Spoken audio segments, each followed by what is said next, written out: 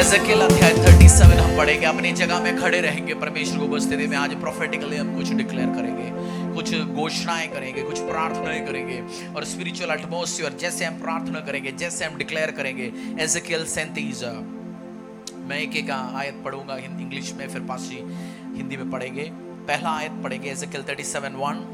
जैसे एजेकियल को परमेश्वर ने बोला भविष्यवाणी करने के लिए, वैसे हम भी आज भविष्यवाणी करेंगे अपनी परिस्थिति के ऊपर, अपनी सिचुएशंस के ऊपर। हम भी आज भविष्यवाणी करेंगे। The hand of the Lord was on me and he brought me out by the spirit of the Lord and set me in the middle of a valley. It was full of bones. यहोवा की शक्ति मुझ पर हुई और वह मुझ में अपना आत्मा समवाकर बाहर ले गया और मुझे तराई के बीच खड़ा कर दिया। तब तराई हड्डियों से भरी हुई थी। He led me back and forth among them, and I saw a great many bones on the floor of the valley, bones that were very dry. तब उसने मुझे उसके चारों ओर घुमाया और तराई की तह पर बहुत सी हड्डियां थी और वे बहुत सूखी थी। He asked me, Son of man, can these bones live? I said, Sovereign Lord, you alone know. तब उसने मुझसे पूछा, हे मनुष्य के संतान, क्या ये हड्डियां जी सकती हैं? मैंने कहा, हे परमेश्वर यहोवा, तू ही जानता है। Then he said to me, Prophesy to these bones and say to them, dry bones, hear the word of the Lord.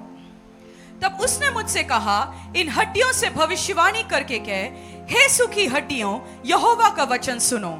जैसे इस आयत में लिखा, then he said to me, Prophesy to these bones and say to them, dry bones, hear the word of the Lord. तब उसने मुझसे कहा, इन हड्डियों से भविष्यवाणी करके कह, हे सूखी हड्डियों, यहोवा का वचन सुनो। This is what the sovereign Lord says to these bones, I will make breath enter you and you will come to life. परमेश्वर यहोवा तुम हड्डियों से यूं कहता है, देखो मैं आप तुम में सांस समाऊंगा और तुम जी उठोगे। जब आप देखोगे प्रोफेट एजेकियल कह रहे परमेश्वर की आवाज को, परमेश्वर के वर्ड को सुनो। बट जहां कहीं भी परमेश्वर नहीं कह रहा, इसी जगह में एजेकियल भविष्यवक्ता कह रहे हैं, I will make breath enter you and you will come to life. जो भविष्यवक्ता अपनी आवाज, जो भविष्यवक्ता के मुंह से उस टाइम निकल रहे हैं, वो परमेश्वर की जैसे आवाज है। वो कह रहे हैं इसी time, This is what the sovereign Lord says to these bones. जो उन सूखी हड्डियों को, उन सूखी परिस्थितियों को, उन मरे हुए परिस्थितियों को, उन मरे हुए शरीरों को, उन बीमार शरीरों को, उन परिस्थिति को लेके कह रहे हैं, I will make breath enter you and you will come to life. परमेश्वर यहोवा तुम हड्डियों से यूं कहता है, देखो मैं आप तुम में सांस समाऊंगा और तुम जी उठोगे। I will attach tendons to you and make flesh come upon you and cover you with the skin. मैं तुम्हारी नसें उपजाकर मांस चढ़ाऊंगा और तुमको चमड़े से ढापूंगा। I will put breath in you and you will come to life. Then you will know that I am the Lord. और तुम में सांस समाऊंगा और तुम जी जाओगे और तुम जान लोगे कि मैं यहोवा हूँ। So I prophesied as I was commanded. इस आज्ञा के अनुसार मैं भविष्यवाणी करने लगा। And as I was prophesying, there was a noise. और मैं भविष्यवाणी कर ही रहा था कि एक आहट आई। A rattling sound and the bones came together bone to bone. और भुई डोल हुआ और वे हड्डियां इकट्ठी होकर हड्डी से हड्डी जुड़ गई। And I looked and tendons and flesh appeared on them and skin covered them, but there was no breath in them. और मैं देखता रहा कि उनमें नसें उत्पन्न हुई और मांस चढ़ा। Then he said to me, Prophesy to the breath, prophesy, son of man, and says to it, This is what the sovereign Lord says, Come, breath, from the four winds, and breathe into these slain that they may live.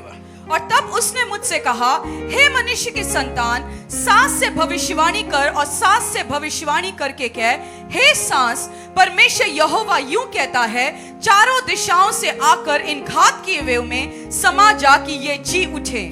So I prophesied as he commanded me, and breath entered them. They came to life and stood up on their feet, a vast army. और उसकी इस आज्ञा के अनुसार मैंने भविष्यवाणी की, तब सांस उनमें आ गई और वे जीकर उनमें अपने पांव के बल खड़े हो गए और एक बहुत बड़ी सेना हो गई।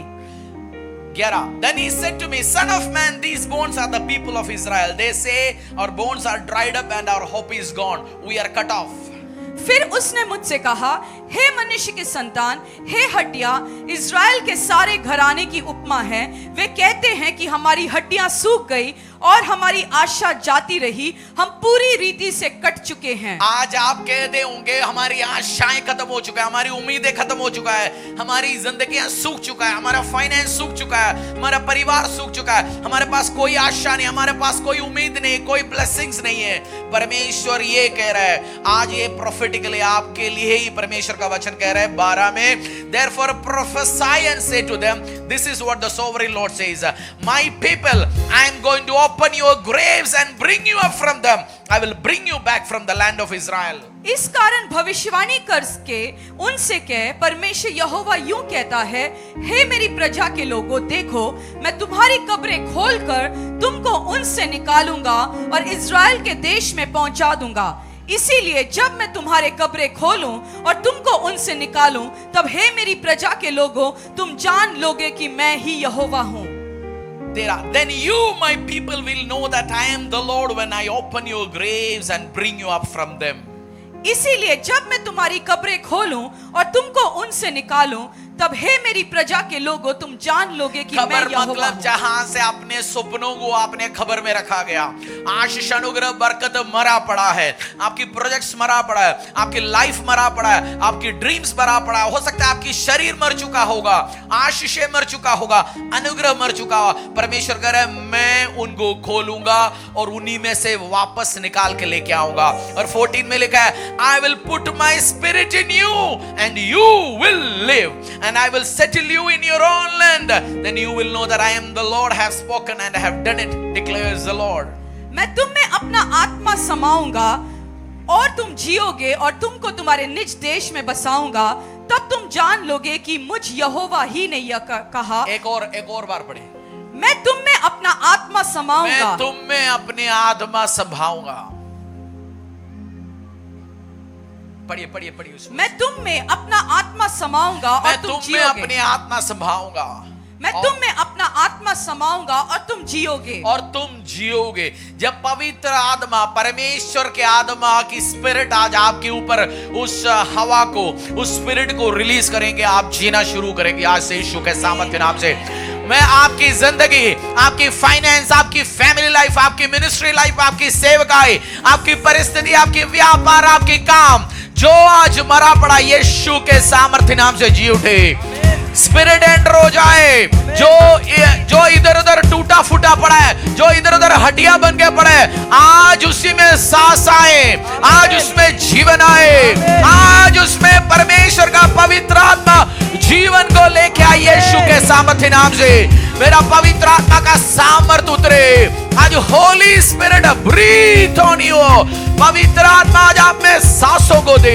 आज हाथों को उठा के बोलो, पवित्र आत्मा मेरी जिंदगी में हर हिस्सा जो टूटा फूटा पड़ा है, हर हिस्सा जो सूखा पड़ा है, आज जीवन आए पिता परमेश्वर। आज पवित्र आत्मा का जीवन आए। Holy spirit, oh let the wind blow.